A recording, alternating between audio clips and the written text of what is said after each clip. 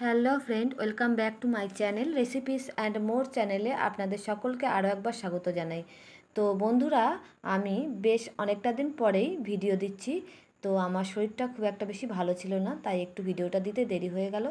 তো বন্ধুরা, আজকের আমি খুব সহজ একটা রেসিপি আপনাদের সঙ্গে শেয়ার করছি, যেটা হলো স্ন্যাক্স টাইপের রেসিপি। এটা বিকালে বা দুপুরবেলা গরম ভাতের সঙ্গে খাওয়ার জন্য একটি রেসিপি। কাঁচা আলু দিয়ে তৈরি, খেতে কিন্তু অপূর্ব হয়। চলুন দেখে নেওয়া যাক।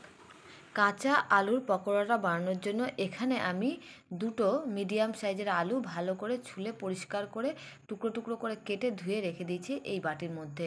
তো এবার এই আলুগুলো কিন্তু আমি সেদ্ধ করিনি, কাঁচা অবস্থায় নিয়েছি। এখানে আমি প্রথমে দিয়ে দিলাম 4 থেকে 5 চামচ মতন বেসন। এই বড় চামচের মাপে আমি বেসনটা নিয়েছি, আপনারা আপনাদের মাপ অনুযায়ী নেবেন। পরিমাণ মতো নুন দিচ্ছি, সামান্য হলুদ দেব, আর একে একে সব যা যা মশলা লাগবে সব এই আলুগুলোর মধ্যে আমি দিয়ে দিচ্ছি কালো জিরে হাফ চামচ মতন, একটু বেশি কালো জিরে দিলাম। তো এখানে নিয়ে নিচ্ছি কুচানো পেঁয়াজ, কুচানো টমেটো, কুচানো কাঁচা লঙ্কা আর কুচানো 4-5 টুকরো রসুন। এবার এই উপকরণগুলো আলুর মধ্যে আমি সব একে একে দিয়ে দিচ্ছি। প্রথমে আমি এর মধ্যে পেঁয়াজের কুচিগুলোকে দিয়ে দিচ্ছি। পেঁয়াজটা কিন্তু একদমই ছোটো ছোটো টুকরো করে কুচিয়ে রাখা, আর রসুনটাও কুচিয়ে রাখা, তো সেটাও দিয়ে দিচ্ছি। আর দিয়ে দিচ্ছি এবার আমি টমেটো টুকরোগুলো, সবই ছোটো ছোটো ছোটো করে টুকরো করে কাটা। আর কাঁচা লঙ্কাটা আপনারা আপনাদের ঝাল অনুযায়ী দেবেন। এবার আমি হাত দিয়ে সব উপকরণগুলো আলুর সাথে ভালো করে মিশিয়ে নিচ্ছি। তো আপনারা চাইলে এখানে চামচও ব্যবহার করতে পারেন, তবে হাত দিয়ে মাখিয়ে নিলে সেই জিনিসটা বেশি ভালো মাখানোটা হবে। আর পরিমাণ মতন জল দিয়ে কিন্তু আলুটাকে সুন্দর করে বেসনের মধ্যে মিশিয়ে নিতে হবে। তো বেসনটা কিন্তু বুঝে দিতে হবে, বেশি খুব যেন না হয় আর কমও যেন না হয়। তো আরও 1 চামচ মতন আমি বেসন মিশিয়ে দিলাম, যেহেতু বেসনটা একটু কম হয়েছে তাই আরও 1 চামচ মতন দিয়ে দিলাম। তো ঠিক এরকম পর্যায়ে আলুটাকে কিন্তু মিশিয়ে নিতে হবে বেসনের সাহায্যে। তো এবার আমি একটা ফ্রাই প্যান বসিয়ে দিয়েছি গ্যাসের উপরে, আর এখানে আমি পরিমাণ মতন সর্ষের তেল দিয়ে দিচ্ছি। সর্ষের তেলেই আমি পকোড়াটা কিন্তু রান্না করব, আপনারা চাইলে কিন্তু সাদা তেলও ব্যবহার করতে পারেন। তো তেলটা কিন্তু গরম হয়ে গেলে তারপরে আমি পকোড়াগুলোকে কিন্তু ছেড়ে দেবো এই তেলের মধ্যে।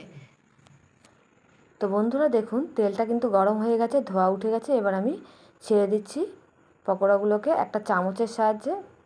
তো আপনারা চাইলে এখানে কিন্তু হাত দিয়েও এই পকোড়াগুলোকে আস্তে আস্তে তেলের মধ্যে দিয়ে দিতে পারেন। তো চামচটা দিয়ে আমি দিচ্ছি, কারণ মাপটা তাহলে সমান হবে।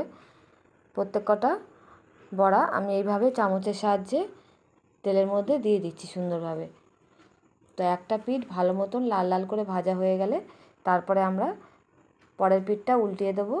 এভাবে আমরা লাল লাল করে প্রত্যেক কটা পকোড়া ভেজে নেব। তো তেলের মধ্যে সব কটা পকোড়া কিন্তু দেওয়া হয়ে গেছে। এবার ভালো করে লাল লাল করে ভেজে নিচ্ছি।